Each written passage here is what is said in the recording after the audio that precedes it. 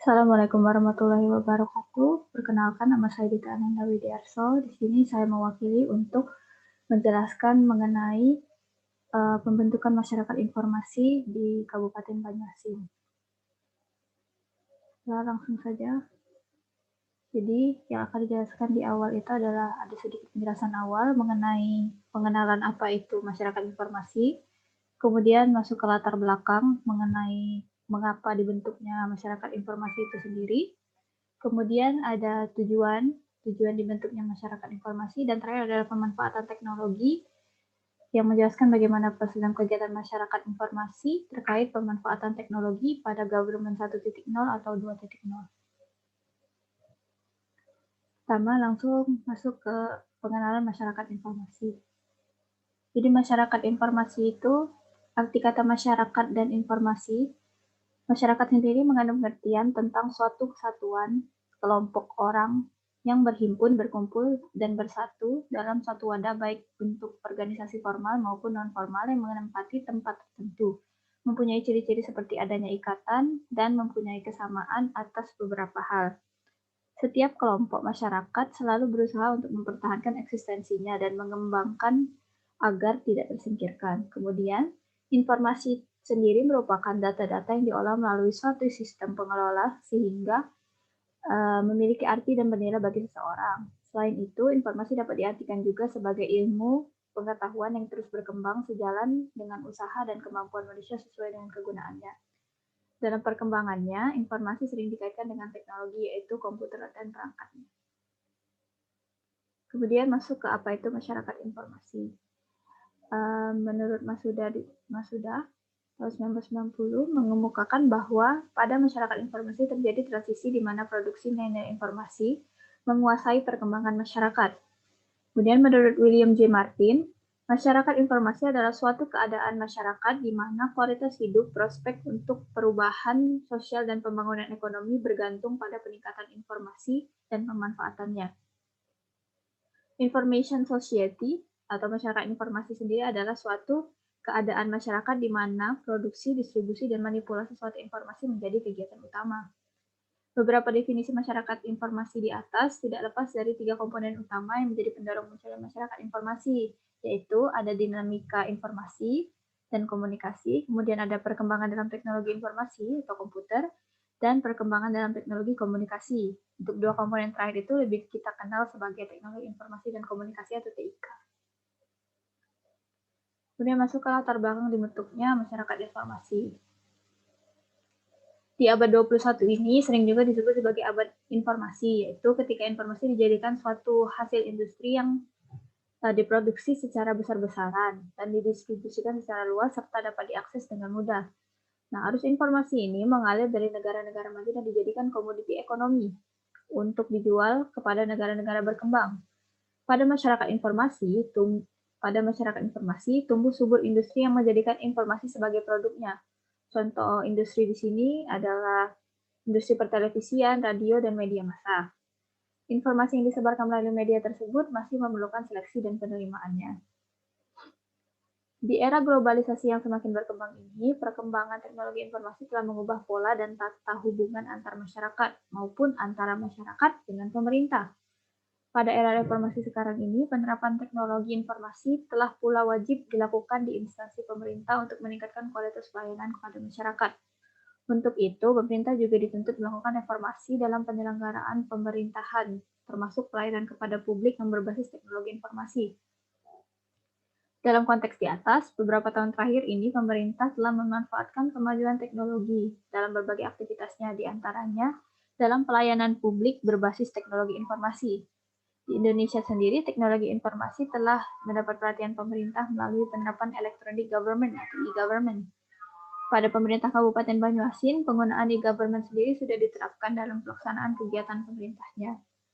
Masyarakat informasi sendiri terbentuk karena beberapa faktor, yaitu adanya kemajuan dalam pendidikan, kemudian ada perubahan karakteristik pola kerja, lalu ada perubahan dalam cara penyebaran pengetahuan, perubahan dalam cara mencari pengetahuan, dan kemajuan dalam penciptaan alat-alat untuk menyebarkan dan mengakses pengetahuan baru. Selanjutnya, tujuan dibentuknya masyarakat informasi.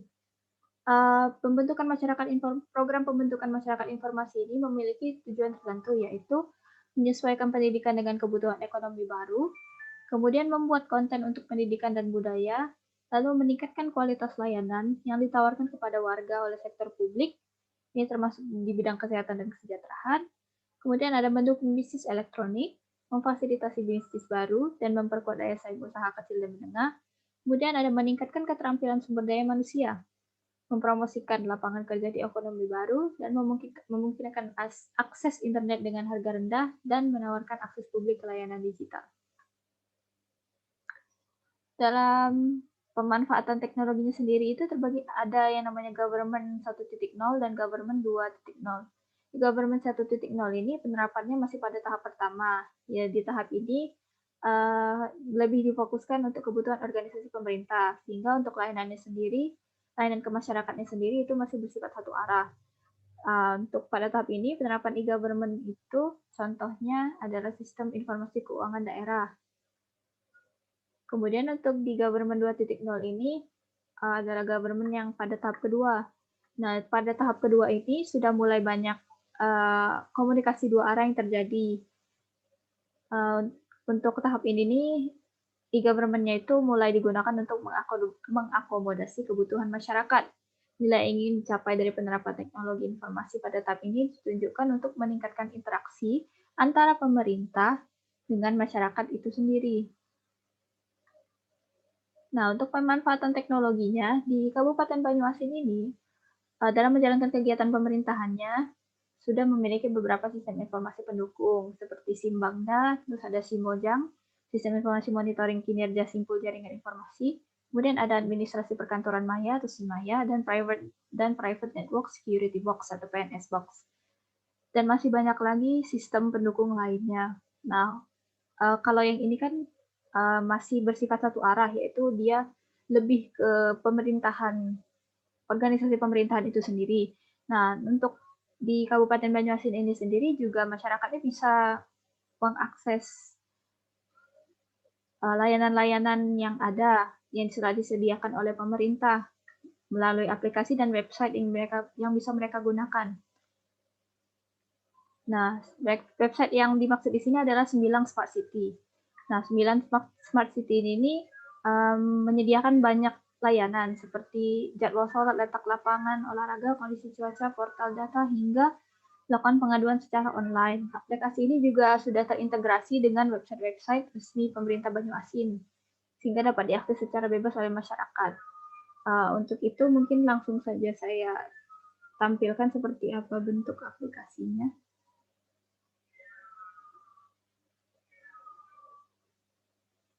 Bentar.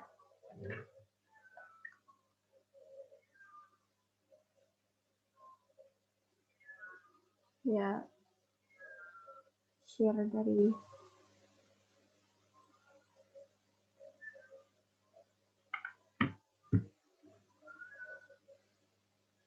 saya stop dulu yang ini. Kita pindah ke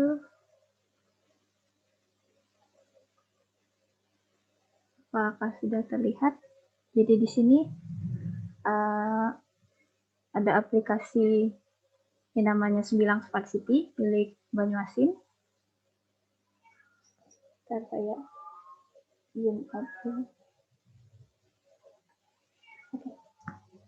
Nah, untuk di sini sudah ada banyak fitur yang mereka sediakan. Ini juga ada dua mode. Itu mode icon nih seperti dilihat tadi, dan ini mode yang satunya lagi. Agar lebih mudah melihat layanannya, kita pilih aja menu icon. Jadi di sini mulai ada dari berita, info dari kabupaten itu sendiri, perangkat daerah, agenda, kecamatan, lapor, Banyuasin TV, dan lain-lain. Kemudian ada portal informasi seperti mengenai angkutan, wisata dan budaya, olahraga, jadwal sholat, ATM, bank, SPBU, dan kantor polisi terdekat. Kemudian ada juga bagian bisnis.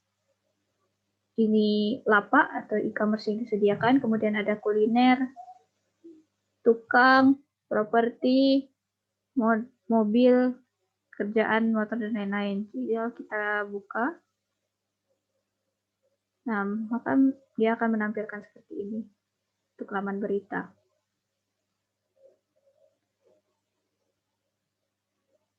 Kemudian untuk angkutan pun kita bisa melihat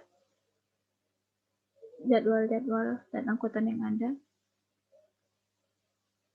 dan rutenya, dan masih banyak lagi yang bisa diakses di sini. Untuk integrasi ini bisa dilihat di sini bahwa website-website mereka, website-website resmi dari pemerintah Banyuasin itu bisa diakses melalui aplikasi ini. Mulai dari ada perpustakaan digital dan website-website lainnya. Bisa langsung di-download jika ingin, atau bisa langsung membukanya. Nah, seperti ini.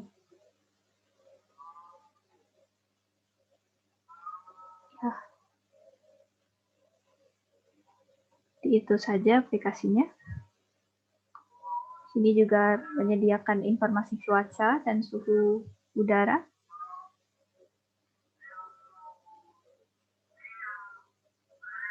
Nah, saya stop dulu sharingnya. Nah, kembali lagi.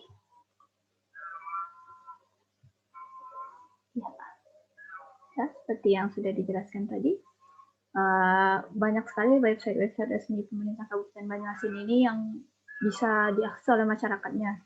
Sehingga untuk pengaksesan informasi dan penyebaran informasi sendiri itu sudah cukup baik, dan sudah untuk data-data seperti data peraturan dan lain-lain itu juga bisa di-download melalui website yang sudah mereka sediakan.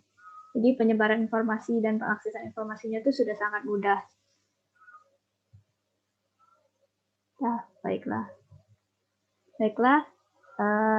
Sekian penjelasan dari saya. Terima kasih. Wassalamualaikum warahmatullahi wabarakatuh.